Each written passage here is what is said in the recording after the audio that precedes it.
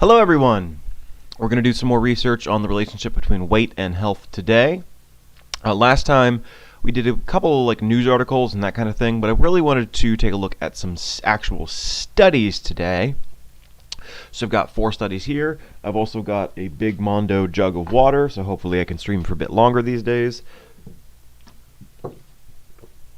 I genuinely don't understand how there are streamers who do this for 6 hours a day. My voice is shot after 20 minutes. I don't know if you just get used to it, but dang.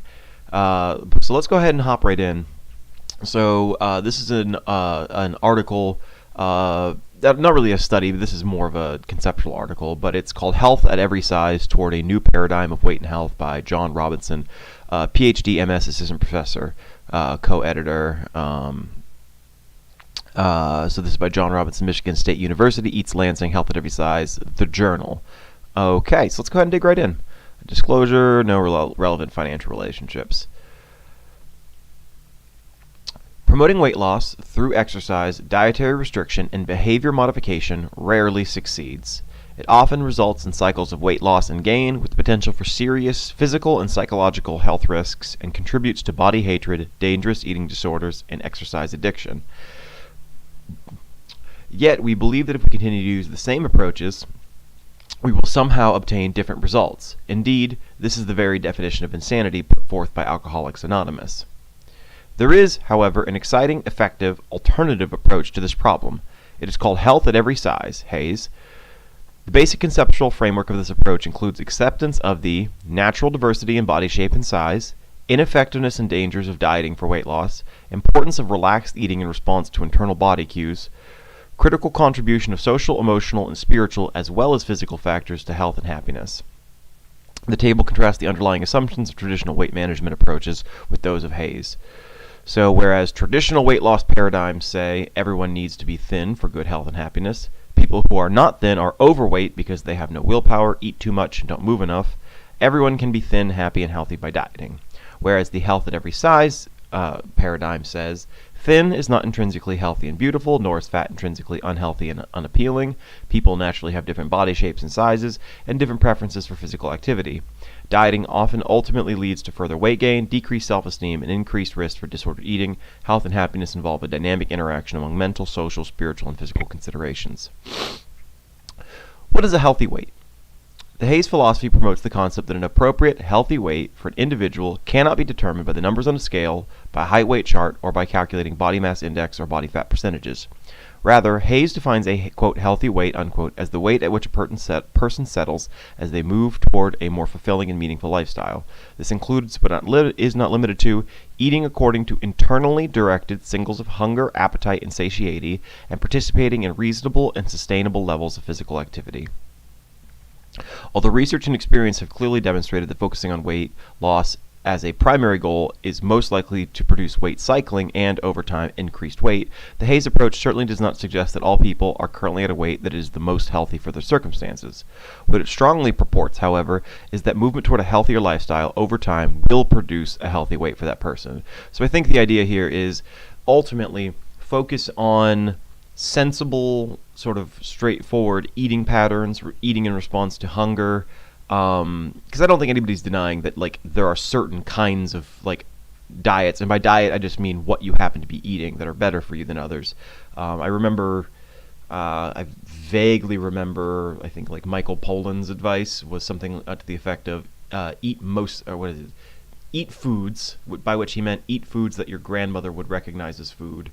And I can't remember the rest of it. I remember mostly plants was one of them, but basically sort of reasonable eating habits and reasonable sustainable exercise, rather than, and focus on those, hey, let's not care about your weight, let's focus on, sensible, reasonable eating and activity patterns, and we'll let your weight take care of itself, which, okay, seems sensible, especially if, as this seems to be suggesting, and I think I've heard before, the evidence that, dieting over time is, in that kind of attitude, is, an actually effective method of, if it's not even an effective method at reducing weight in the long term, so kind of what's the point, as it were.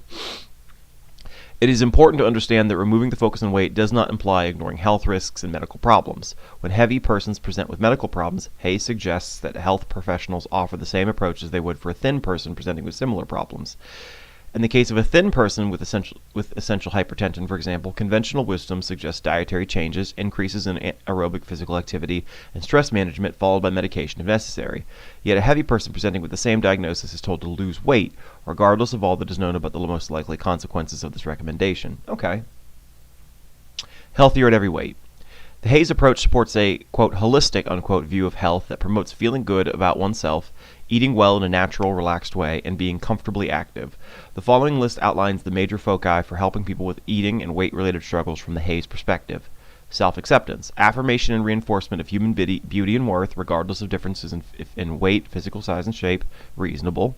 Physical activity, support for increasing social, pleasure-based movement for enjoyment and enhanced quality of life, reasonable.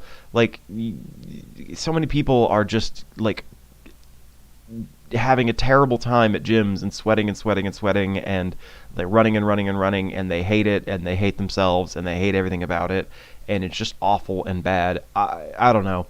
From my perspective, just like, hey, maybe go for a walk outside in the park. Maybe that's, like a little bit more of that. And if you enjoy other stuff, do that. Fun stuff, dance, go toss a frisbee. I don't know. I hate gyms. That might just be part of it. Normalized eating. Support for discarding externally imposed rules and regimens for eating and attaining a more peaceful relationship with food by relearning to eat in response to physiologic hunger and fullness cues. The overarching goal for health professionals is to help people live healthier, more fulfilling lives by caring for the bodies they presently have. Seems reasonable. Health at every size, major components. Hayes offers an effective, compassionate alternative to the failures of traditional approaches. There is a significant body of literature that clearly demonstrates that most so-called weight-related problems can be treated effectively with little, if any, weight loss. Normalization of the metabolic profile in obese women by exercise and a low-fat diet. I'm going to have to open that in a new tab. Open that in a new tab. Oh, is this just gonna... Oh, okay. I'll have to pull that up. So that's 11 through 13. Okay, I'll have to look those up because that looks interesting. Even in type 2 diabetes, blood glucose can be normalized without weight loss, even when the patient remains markedly obese by traditional medical standards. This finding is further strengthened by the growing body of research showing that obese individuals who are active and fit have lower mortality rates than normal weight persons who are inactive and unfit. Finally, recent research shows that Hayes' approach is clearly superior to state-of-the-art behavioral weight loss intervention for improving the long-term health of obese patients, with more citations. Although Hayes may not always make people thinner, by embracing the new approach we can help people of all sizes to be healthier. By not promoting weight loss as a primary goal, we can prevent future generations of children, women, and men from developing eating problems, loathing their bodies, engaging in risky weight loss strategies, and dying to be thin. Yeah, so I mean, this seems very reasonable to me in a lot of ways. And it is one thing we have to recognize, and there are people for whom it is the case that weight loss by itself in other people is just sort of something they want. They seem to be really invested in it. They seem to care a lot about it. And that as sort of a goal in and of itself is something that some people, a not insignificant number, seem to just care about. But refocusing specifically on, okay, happiness, personal peace, wellness, health, these kinds of things. And yeah, at the end of the day, if the evidence says that you can get healthier without losing weight, then that's what the evidence says, even if that's emotionally uncomfortable in some ways. Now, granted, again, I've got a lot of research to do. I've still seen a number of studies that seem to indicate that at the end of the day, obesity is bad for you. Gets a little bit unclear when we're just talking about overweight. So I have seen, I don't want to just throw out every study that says that like increased adiposity, especially around the abdomen, can be unhealthy for you. I don't want to just throw that all out the table. I'll throw that all out. There's more research to be done. But at the end of the day, a focus on health in particular and wellness seems to be reasonable to me. The other issue, of course, is, as we've talked about with BMI, for one thing, BMI is kind of a bad way of identifying who's overweight and who's not because it doesn't take into account a bunch of other factors. Moreover, I have to wonder how much there are complicating factors here. So, for example, if what really makes people unhealthy is a lack of exercise. What if it's the case that obese people, because they feel ashamed of their bodies, they don't get out and go to the gym and they don't exercise as much because they feel embarrassed? Well, in that case, obesity would cause less working out, or less exercise, less motion, as it were. I don't know what to say, working out, but and which in turn could be causing the effects. So we have to ask, what's the direction of causation here? Is it just that not getting exercise leads to being overweight, which leads to unhealthiness, or could there be other complicating factors at play? Again, I don't want to throw anything out of the table. I want to follow the evidence, but at a minimum, so far, it seems to me that the old school, just one for one, the fatter you are, the more unhealthy you are, and that's just sort of straightforward and simple no matter what, that is clearly untrue. There's clearly a lot more that goes into this, and we have some evidence to suggest that being overweight is not necessarily bad for you, so long as other factors are taken into consideration, or not necessarily that overweight people are less healthy than thinner people, depending on other factors. But more to read. Let's go ahead and hop right into the next article that I was going to check out. Thank you very much to Dr. John Robinson. Oh, Robison, not Robinson. Robison, I see. I'm going to go ahead and get a drink of water, and let's head into our next article by, let's see, I.C. Huang and C. Frangakis and A.W. Wu. All right. Okay, so it's Huang I C, Frangakis C, and Wu A. Gotcha. Thank you very much to all of you. This article is titled "The Relationship of Excess Weight and Health-Related Quality of Life, Evidence from a Population Study in Taiwan." This is from 2006 International Journal of Obesity. Gotta get a drink of water real quick.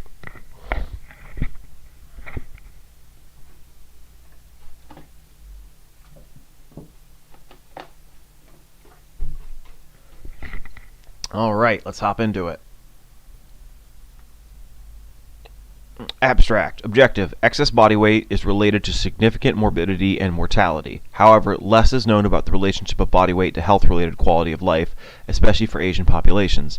We examine the relationship of excess weight and health-related quality of life in a general population sample from Taiwan. Okay, so this paper is starting out with the baseline assumption that excess body weight is related to morbidity and mortality, but they want to examine the related to quality of life in general.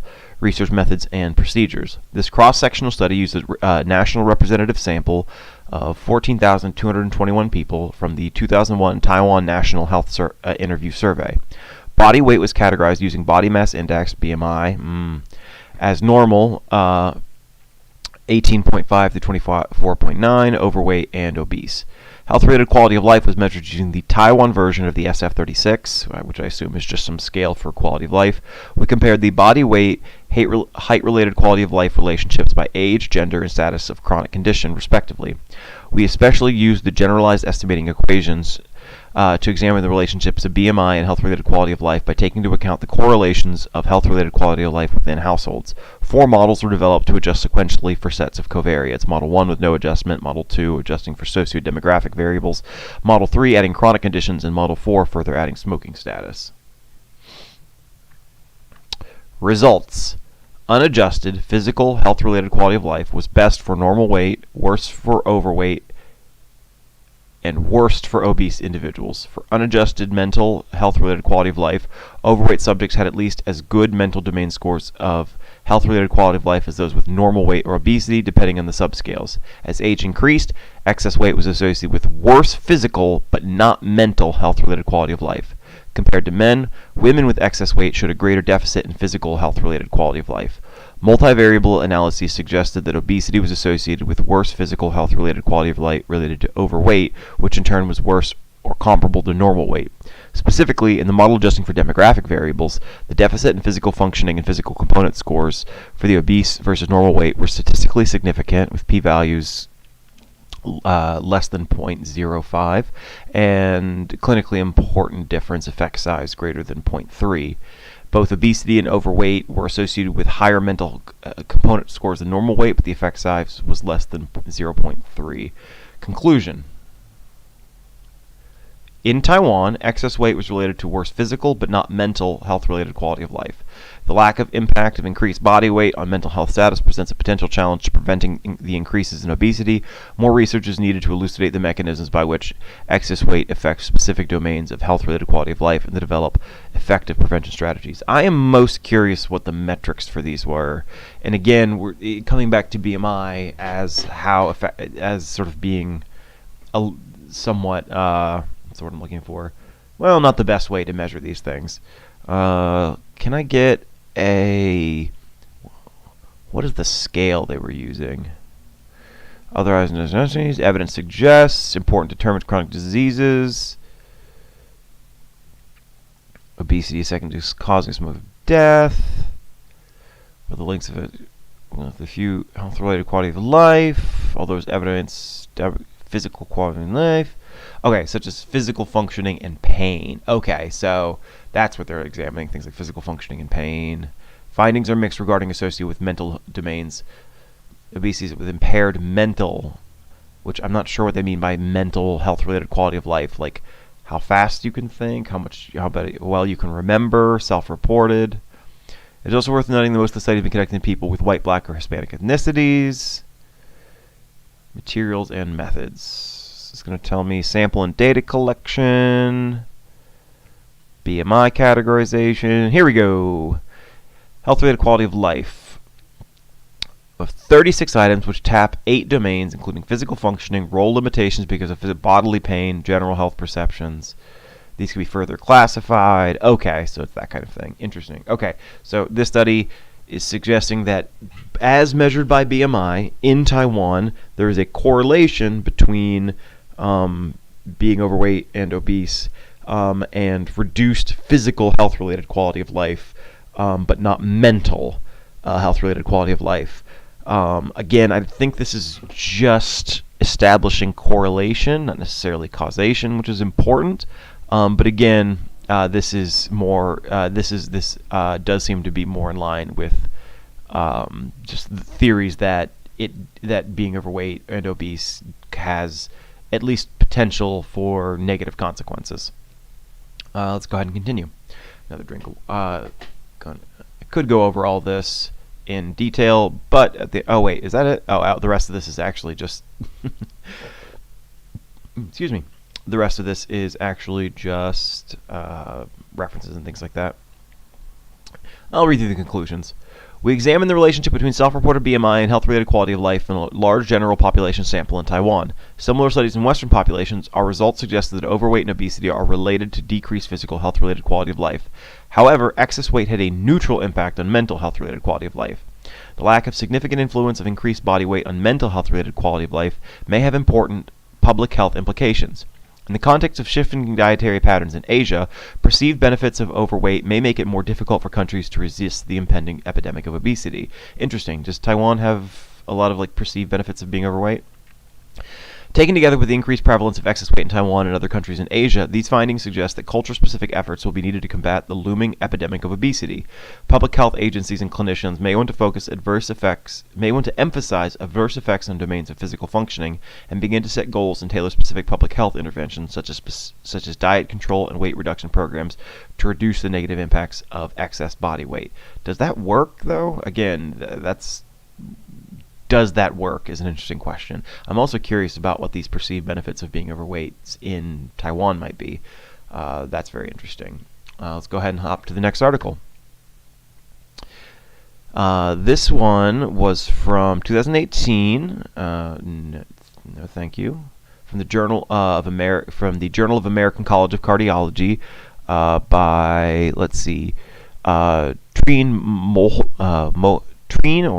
Trina Moholt, Carl J. Levy, and Javed Nauman. Apologies if I got any of your names wrong, but thank you very much for this. Thank you very much for this essay, or not essay. What's the word I'm looking for? Study. Thank you. Quick drink of water, and then we're gonna get into it.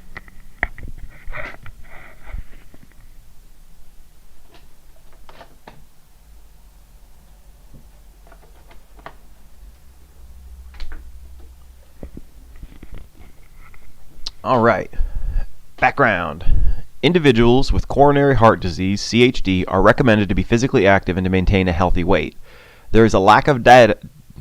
I don't know what just happened there. Lack of data. I think I tried to say it with a long and short A simultaneously on how long-term changes in body mass index and physical activity relate to mortality in this population. Objectives. This study sought to determine the associations among changes in BMI, PA, and mortality in individuals with coronary heart disease. Methods. How did they do this? The author studied 3,307 individuals, 1,038 of whom were women, with coronary heart disease from the HUNT, the Nord-Trøndelag Health Study, with examinations in 1985, 96, and 2007, followed until the end of 2014. They calculated the hazard ratio for all-cause and cardiovascular disease CVD mortality according to changes in BMI and PA, and estimated using Cox proportional hazards regression models adjusted for age, smoking, blood pressure, diabetes, alcohol, and self-reported health. Boy howdy, do I wish I knew what that meant. There were 1,493 deaths during 30 years of follow-up. 55% from CVD, median 15.7 years. So, okay, gotcha. All right. Weight loss, classified as a change in BMI, associated with increased all-cause mortality. Weight gain, classified as BMI, was not associated with increased mortality.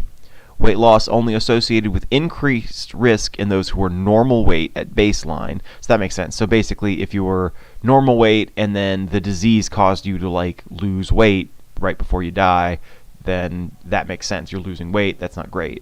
Whereas if you're gaining weight, you're not on the brink of death. There was a lower risk for all-cause mortality in participants who maintained low PA or high PA compared with participants who were inactive over time. Conclusion. The study observed no mortality risk reductions associated with weight loss in individuals with CHD and reduced mortality risk associated with weight gain in individuals who were normal weight at baseline. Sustained PA, however, was associated with substantial risk reduction. So this seems to be suggesting, as per the title of the article, sustained physical activity, not weight loss, associated with improved survival in coronary heart disease. Fascinating.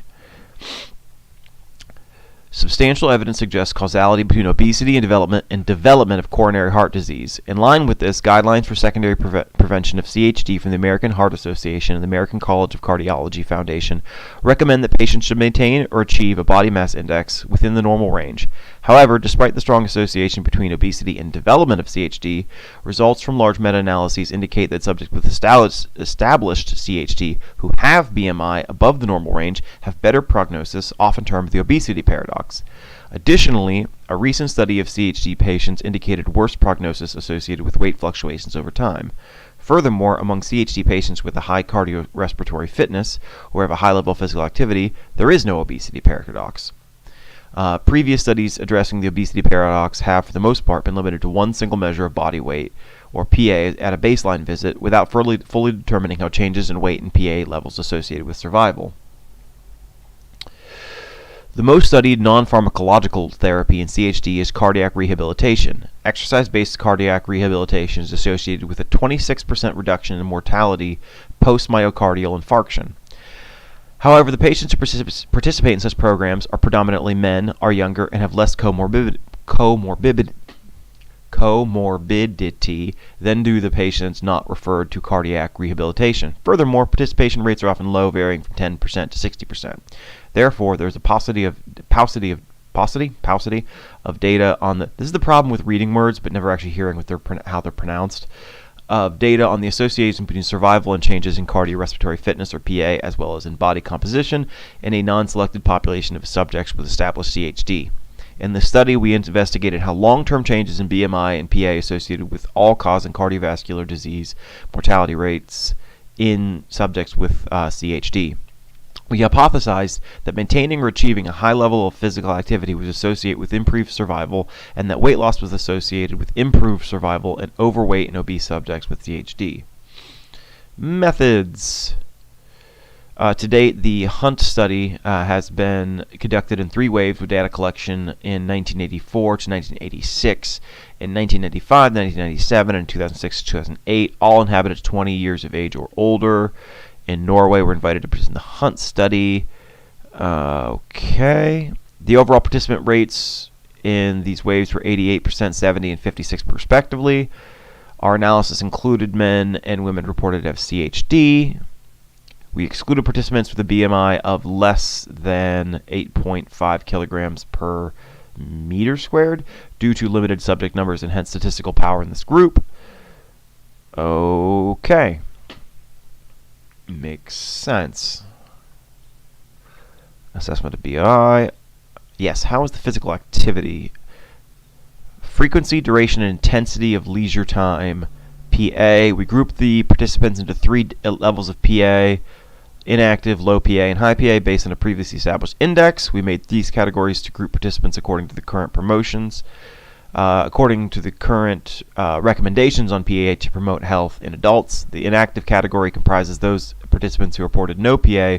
The low category comprises those who reported PA below the recommended level, and the high category is those who reported to fulfill or exceed the recommendations. We then changed them into 9 categories.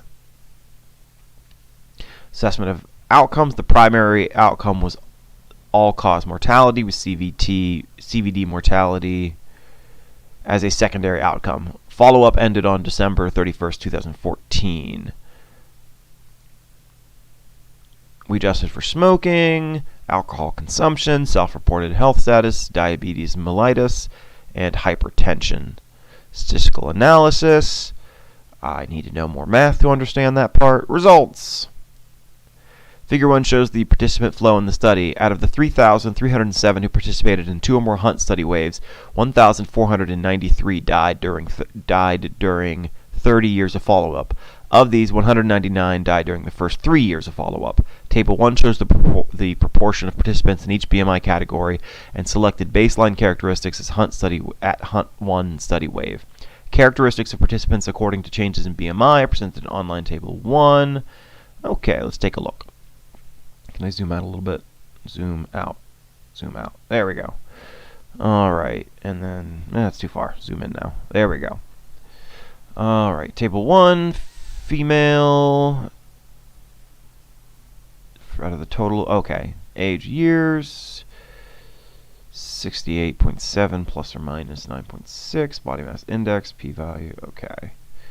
Inactive, diabetes, yes. Abstainer, yes, bad. BMI and all-cause mortality.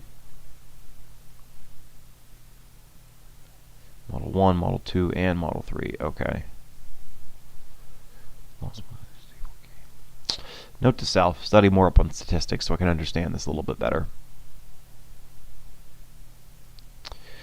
A total of 819 deaths were due to CVD, and of these, 198 occurred during the first 3 years of follow-up. Weight loss associated with 36% increased CVD mortality, whereas weight gain did not associate with CVD mortality.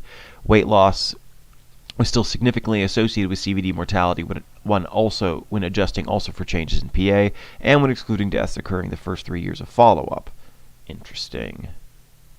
Those who reported high PA over time had a 36% lower all-cause mortality compared with those who were inactive over time. We also observed significantly reduced all-cause mortality risk in those who changed from low PA to inactive, significant reduced cause in those who changed from low to inactive. So when they stopped exercising, that was a reduction. Wait, what? Lower, reduced, who maintained low PA over time, and those who changed from high PA to low. These estimates are also similar. I don't understand that then. That's confusing.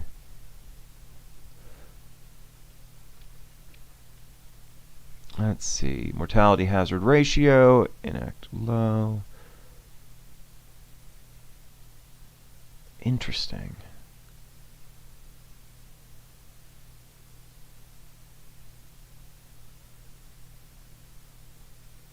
What?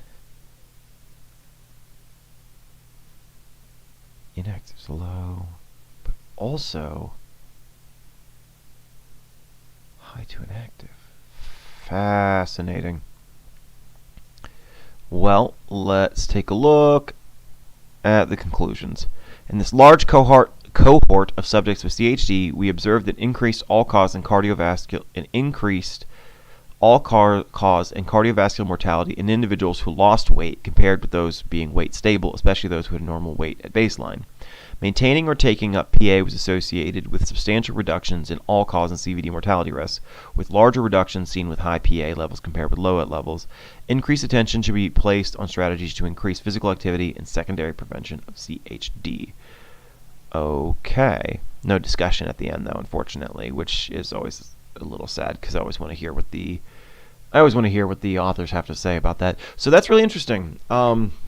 Seems to be suggesting that at least for those who already have coronary heart disease, what's really important isn't necessarily weight loss, but it's just movement and exercise. It appears that ends up being more important than weight loss, at least in this particular study. Let's go ahead and hop to the last study that I found, which is just survival by birth weight and gestational age in individuals with congenital heart disease, a population-based study. Wait, is this? Oh, these are maternal and fetal characteristics. That's very interesting, but that's not what I thought that was, unfortunately. Well, I'll tell you what. Let's go ahead and grab just one more study from down here, and let's take a look. Normalization of metabolic obese women exercise and low-fat diet. Let's go see if I can grab this. Can I grab this? Can I read this? Or is it behind a paywall? Please don't be behind a paywall. Are you behind a paywall? Oh, you're behind a paywall, aren't you? I wonder if I can get this some other way. Normalization of the metabolic profile in obese women. Let's see. Can I grab this? That would be really convenient. Oh, why are my fingers disobeying me? Copy. Paste. Let's see if we can find this. Let's try here. Eh? No.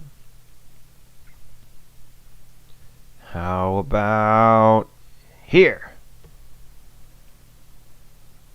Oh, wait. Did I get it?